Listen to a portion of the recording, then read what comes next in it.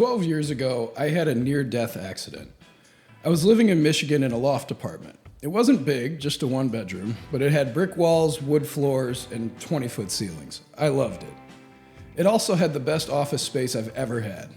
Access via ladder, there was a small loft space that looked down to the kitchen and living room.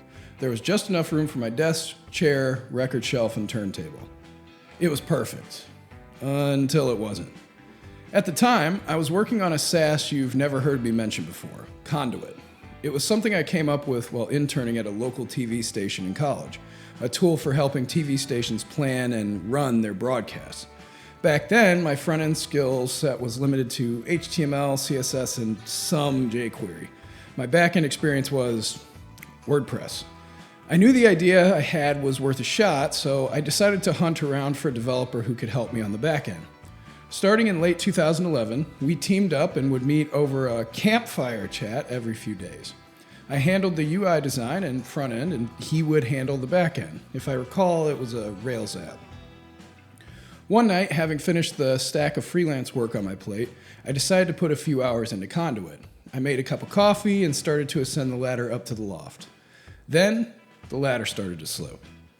I will never forget staring at the coffee cup I had just placed on the ledge of the loft, my hands desperately raking at the landing trying to grip the ledge before I fell. In a matter of seconds, I'd fallen 10 or so feet straight onto my tailbone. Fortunately, I didn't break my back or hit my head on the ground. I was in shock. For a few seconds, my left hand was paralyzed. I was in an utter state of panic, but incredibly able to get up and move around. Fast forward a few days, and I was covered in bruises, could barely move, and realized I don't have insurance.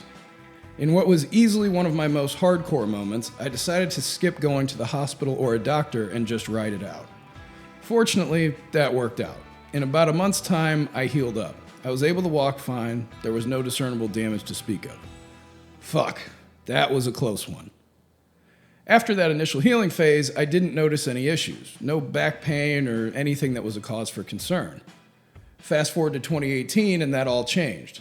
I decided to take up strength training to help me improve my strength and help with my weight. The menu? Squats, deadlifts, and bench press, with the occasional split squat thrown in by my trainer to push my limits. Everything was peachy until one night when I came in for a normal workout, excited as I was finally starting to make progress with my lifts. My normal trainer wasn't there, so one of his teammates stepped in to guide me. He had me do barbell rows instead of the usual deadlift I was used to. The first few sets went fine. Then, as I started to approach my max, I pulled the bar up and felt an immediate sharp pain shoot from my tailbone down to my foot. I dropped the bar and tried to stand up, but struggled. I eventually recovered after a few minutes of walking around. In the days that followed, I noticed a sharp pain in my lower back. I later found out it was sciatica. I put together that the initial injury from the fall in 2012 had weakened my tailbone area, and that one fateful lift undid any healing that had taken place like that. Since that night, every few months, I'll wake up with sciatic pain. Sometimes it lasts for an hour, sometimes it lasts for days. About 2 weeks ago, after a prolonged time off from lifting, I decided to start lifting again. Nothing crazy, just a few small sets. But it was enough to trigger the sciatica. During the lift, I was more or less fine, perhaps a little stiff, but the next morning, my back was fried. This put me into a little bit of a spiral. I've been trying to get as much as I can shipped this year, and the pain was so bad that this time it essentially shut off my brain. Instead of making progress on stuff like Parrot, the cheat code rebrand, and mod, I was fighting with my nerves to stop hurting long enough for me to think. It also worked out that I was only a few days away from my first real vacation in Lord knows how long. I was, to put it lightly, pissed. Something I learned a long time ago, though, was that in the face of adversity, to avoid slipping into despair, you absolutely must find the silver lining. No matter how difficult or frustrating, try to find the good in the situation. The thing you might not have seen had you not been in that place. Over the past week, dealing with the pain, I made a connection. In the weeks prior, I had grown incredibly frustrated with the state of my accounting and bookkeeping. I'd been paying a service $300 a month for the past few years to help me manage my books and help me keep an eye on taxes. Over the past year or so, they've started to struggle. I'd get notifications that everything was being handled properly, only to get another message months later that I needed to re-upload bank statements. Their API integration with Plaid, if we're honest, never really worked, and so they fell back to importing transaction data manually. Anybody who's run a business knows one of the most stressful things you have to deal with is keeping track of finances. If you're in the early stages of a venture, unless you want to fail, you have to be an absolute hawk about where your money is going and how that will impact your tax liability. The only real solution I'd found until now to help with this and avoid distracting me from real work was to hire someone. Having now worked with a lot of different services, ranging from clever but expensive startups to old school bookkeepers, I finally had it.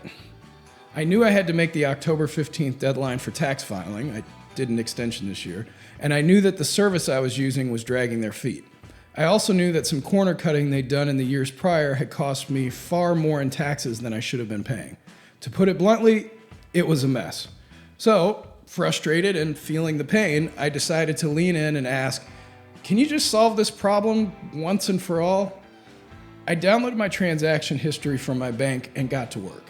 24 hours after I started, I had what I needed. A dirt simple way to categorize transactions and total up revenue, expenses, and estimate taxes due. It was rough, but it worked well enough to help me get my taxes done. That's when the light bulb came on. I can't be the only one frustrated by this. I think I could turn this into a business. I'm aware that there are already a ton of different tools for bookkeeping, but compared to the simple tool I built to help with my taxes, they're bloated. As a solopreneur, the needs list is pretty limited.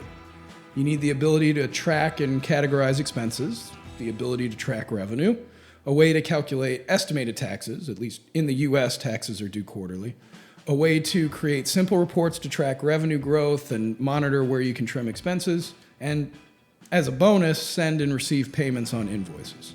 Simple. But shockingly, a lot of what exists today makes the above list a chore to complete. Features you don't need, clunky UIs, half-working integrations to pull your data, you name it. Instead of staying in this trap and putting aside time for my annual Rage Fest come tax season next year, I've decided to work on this problem. I'm calling the app Fin. The app will be 100% focused on serving solopreneurs. People like me who are running their own thing, either as their main source of income or as a side gig. I'll use the initial prototype I built for this year's taxes to guide my thinking as I build out a product others can use. If you're interested, you can sign up for the mailing list at the link in the description below. This isn't one I'm looking to rush. My goal is to ship something in 2025, hopefully by spring, so others can use it to help with their own 2024 taxes. It will be US only to start, so I don't fry my brain keeping up with regulatory requirements. As you know, my plate is already full with other stuff, so official work on this, aside from dabbling here and there, won't really start in earnest until next year. So, pain.